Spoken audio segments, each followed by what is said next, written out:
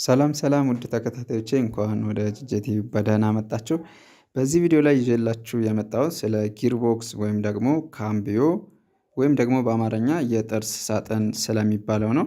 ይሄ ጊርቦክስ የሚመደበው የተሽከርካሪ የኃይል አስተላላፊ ክፍሎች ከሚባሉት ውስጥ ነው። ጊርቦክስ ምን ጥቅም አለው?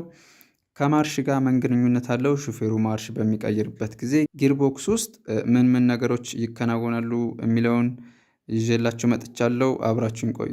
ከዚህ በፊት በሰራሁት ቪዲዮ ላይ ስለ ፍሪሲዮን አሳይቻችኋለሁ። ፍሪሲዮን ከሞተር ወይም ደግሞ በሞተር አማካኝነት የተፈጠረውን ኃይል በመቀበል ወደ ጊርቦክስ ወይም ደግሞ ወደ ጥርስ ሳጥን የሚያስተላልፍ ክፍል ነው። ፍሪሲዮን በሚረገጥበት ጊዜ ኃይል ይቋረጣል፣ በሚለቀቅበት ጊዜ ኃይል ወደ ጊርቦክስ ይተላለፋል የሚለውን አይተናል። በዚህ ቪዲዮ ላይ ደግሞ ስለ ጊርቦክስ ወይም ካምቢዮ ምን ማለት ነው የሚለውን እናያለን ማለት ነው። ጊርቦክስ ወይም ደግሞ ካምቢዮ በእጀታ አማካኝነት ነጂ ጥርስን ከተነጂ ጥርስ ወይም ደግሞ ከሞተሩ ጋር የተያያዘውን የሚሽከረከረውን ጥርስ ከጎማው ጋር ወይም ደግሞ ወደ ጎማው ከሚሄደው ሻፍት ጋር የተያያዘውን ጥርስ ማገናኘትና ማያያዝ ነው ጥቅሙ ማለት ነው። ሹፌሩ ማርሽ አንደኛ በሚያስገባበት ጊዜ፣ ሁለተኛ በሚያስገባበት ጊዜ፣ ሶስተኛ በሚያስገባበት ጊዜ የተለያዩ አይነት መጠን ያላቸው ጥርሶችን በማገናኘት ለተሽከርካሪው እንደ አስፈላጊነቱ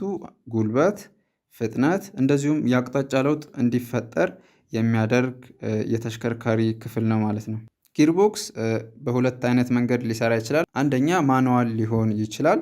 ማኑዋል ማለት ሹፌሩ አንደኛ፣ ሁለተኛ፣ ሶስተኛ እየቀያየር ሲነዳው ነው። ሌላው ደግሞ አውቶማቲክ ሊሆን ይችላል። አውቶማቲክ ማለት አንድ ጊዜ ዲ ላይ ያስገባዋል። ነዳጅ በሚሰጥበት ጊዜ በአስፈላጊ ሁኔታ ማርሹን አንደኛ፣ ሁለተኛ፣ ሶስተኛ እያደረገ ራሱ መኪናው የሚቀይር ሲሆን ነው ማለት ነው። እዚህ ጊርቦክስ ወይም ደግሞ ካምቢዮ ውስጥ ሶስት ተግባሮች ይከናወናሉ ወይም ደግሞ ሶስት ተግባሮችን ያከናውንልናል። አንደኛ ከሞተሩ የመጣውን ኃይል ወደ ጉልበት ይቀይርልናል። ይሄ ማለት ጉልበት ማለት እዚህ ጋር እንደምትመለከቱት ትንሿ ጥርስ ትልቁን ጥርስ ስትነዳው ማለት ነው። ስለዚህ ከሞተሩ የመጣው ኃይል በትንሿ ጥርስ አድርጎ ወደ ትልቁ ጥርስ ሲገናኝ ወደ ጎማ ሲያልፍ ማለት ነው ለጎማው ጉልበት ይሰጠዋል ማለት ነው። ስለዚህ ጉልበት ሰጠ ማለት መኪናው ፍጥነት የለውም። በዝቅተኛ ፍጥነት ላይ ሆኖ ከፍተኛ ጉልበት ይኖረዋል ማለት ነው። የጉልበት ማርሽ የሚባሉት በብዛት አንደኛና ሁለተኛ ማርሾች ናቸው። እነዚህ አንደኛና ሁለተኛ ማርሾች ከፍተኛ ፍጥነት ላይ እያለን አንጠቀማቸውም ወይም ደግሞ እስከ ከፍተኛ ፍጥነት ድረስ አናሽከረክርባቸውም ማለት ነው።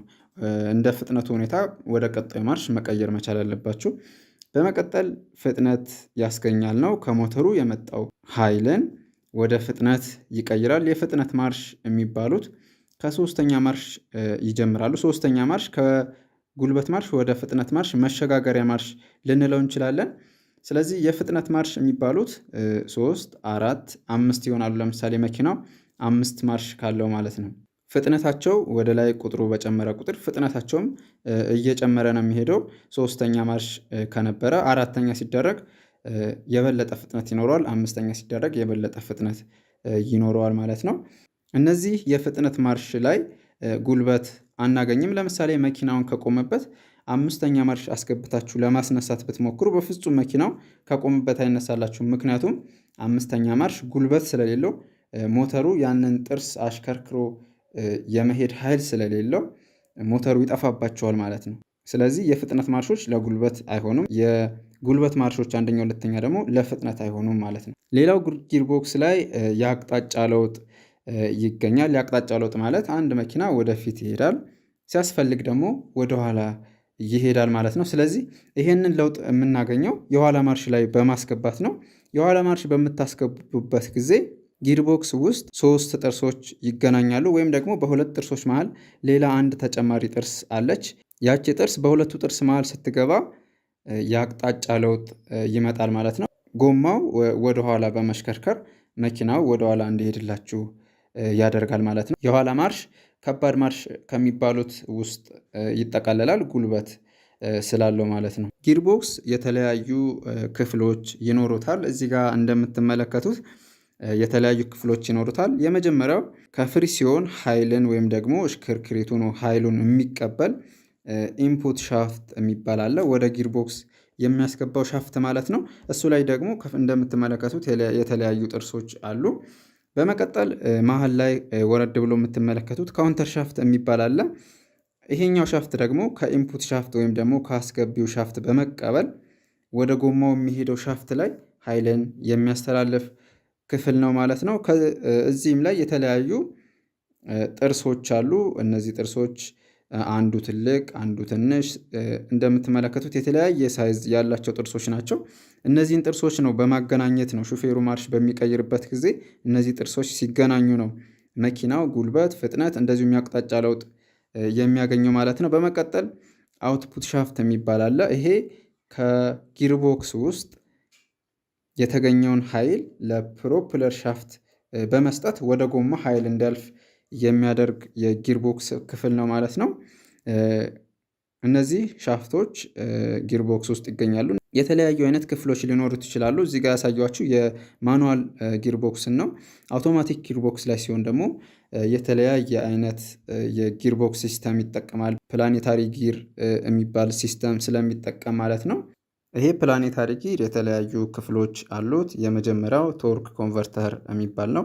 ይሄ ቶርክ ኮንቨርተር ይሄ ክፍል ፍሪሲዮንን የሚተካ ክፍል ነው ማለት ነው። በመቀጠል ፓምፕ አለ። ይሄ ፓምፕ ፍሉዱን ወይም ደግሞ ዘይቱን በከፍተኛ ግፊት የሚገፋና ማርሽ እንዲቀየር የሚያደርግ ክፍል ነው። በመቀጠል የምትመለከቱት ብሬክ አሴምብሊ ወይም ደግሞ ብሬክ ባንድ ይባላል። እንደዚሁም በመቀጠል የምትመለከቱት ፕላኔታሪ ጊር ሴት ይባላል። ይሄ የተለያዩ ጥርሶች አሉት። የመጀመሪያው ወይም መሀል ላይ ያለው ሰንጊር ይባላል። በመቀጠል የምትመለከቱት ወይም ደግሞ ከላይ በኩል ያለው ክፍል ሪንግ ጊር ይባላል። እነዚህ ክፍሎች አውቶማቲክ መኪና ላይ ማርሽ የሚቀያየረው እዚህ ጋር የምትመለከቱት ፕላኔታሪ ጊር ሴት ውስጥ ነው ማለት ነው።